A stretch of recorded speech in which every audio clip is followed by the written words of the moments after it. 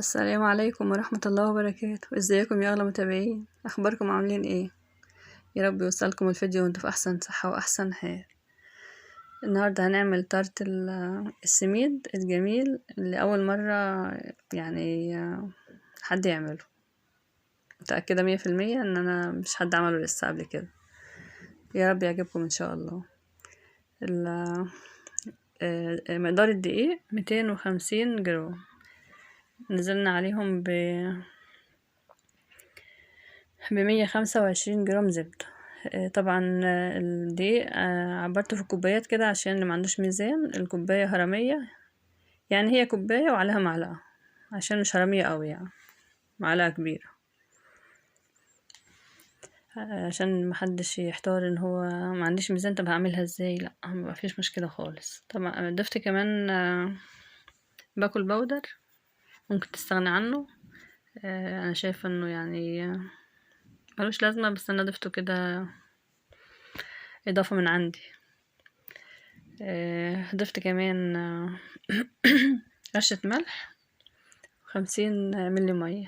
الحامل التليفون كان هيقع بالتليفون، الحمد لله عدت، ربنا ستر.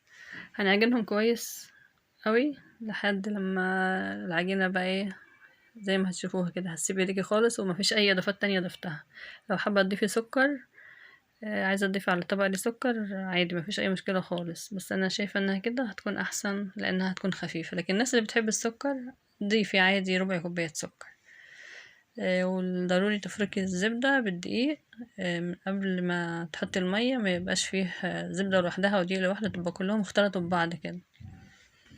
هنفرد العجينة زي ما انت شايفة كده، وهنطلعها على حرف الصينية عشان مش يبقى، عشان الطبقة اللي هتحط في النص يعني الفاكهة.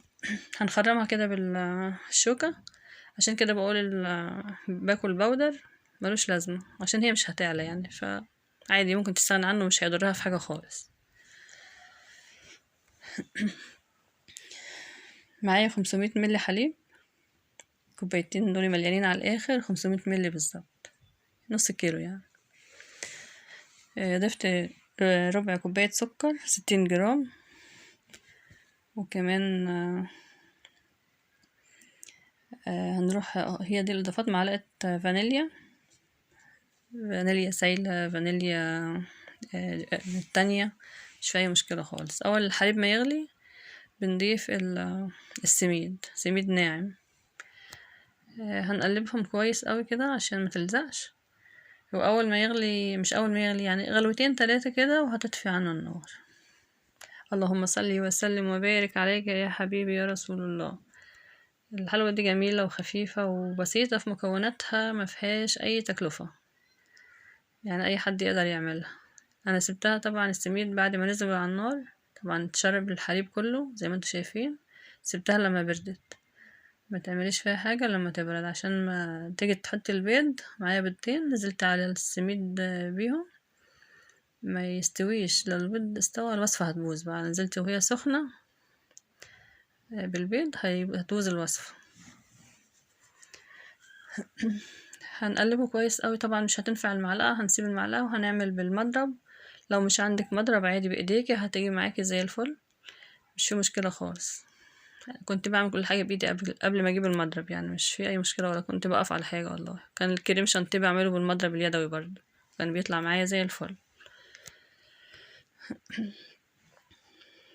معايا هنزود بقى ايه شوية شوية حليب كده عشان نشوف هي هتاخد قد ايه. يا رب يا حبايب قلبي كل اللي يشوف الوصفة ديت يشترك في القناة ويفعل زر الجرس علشان يوصلكم كل جديد. وان شاء الله في فيديوهات كتير جاية، كتير جدا جميلة وجديدة، وفي حاجات عملتها جميلة، في بسكوتيات عملتها. يا ربي اللي يدخل ويشترك كده يشوفها. في بسكوت اليانسون جميل جدا جدا، ما تتخيلوش طعمه جميل. وبسكوت جوز الهند، بسكوت جوز الهند مش في اي اضافه دقيق نهائي وجميل. وبسكوت البرتقال، حاجات حلوه وجميله، وفيه وصفات اكلات جميله جدا تنفع العزومات، وحاجات بسيطه. يا رب تعجبكم ان شاء الله. طبعا انا ضفت كوباية الحليب كلها ومعايا 70 جرام زبيب، ضفناهم على العجينة وقلبناها كويس. هننزل بقى بالفراولة، كانت عندي في الفريزر مقطعها اي حاجة كده، مش شرط يعني اي يعني وضع معين او بنظام معين، لانها هتكون في النص مش هتظهر. ومعايا صباعين موز قطعتهم كده وفردتهم على العجينة، وهنحاول بقى نغطيها بالمعلقة كده. بصراحة طعم الفراولة والموز والزبيب مع بعض كده بتحس في حاجات كده على العجينة دي، ودي السميد طعمه جميل طبعا زي ما انتوا عارفين، طعمها روعة. وزي ما قلت لكم، اللي حابب السكر وعايز يحط في العجينة اللي تحت سكر مفيش اي مشكلة خالص، لان السكر دون بيدي طعم حلو بس ملوش لا بيبوظ فيها حاجة ولا بيعمل حاجة خالص. ألف هنا وشفا يا رب اللي يجربها ويعملها كده، ورب تعجبكم إن شاء الله. هي خدت في الفرن 45 دقيقة. لو نار الفرن يعني مش عالية ممكن تاخد أكتر شوية. إن شاء الله تعجبكم يا رب، جميلة جدا وطعمها روعة، وإن شاء الله دعوة حلوة من القلب كده. وعايزة أسمع آرائكم حبايب قلب المشتركين الصامتون اللي اشتركوا جديد واللي بيشوفوا الفيديوهات، ربنا يحفظكم يا رب. عايزة أسمع آرائكم، حد عنده سؤال، حد عنده اعتراض على حاجة، مش هزعل. أي حد عايز يقول حاجة يقولي، مفيش مشكلة خالص.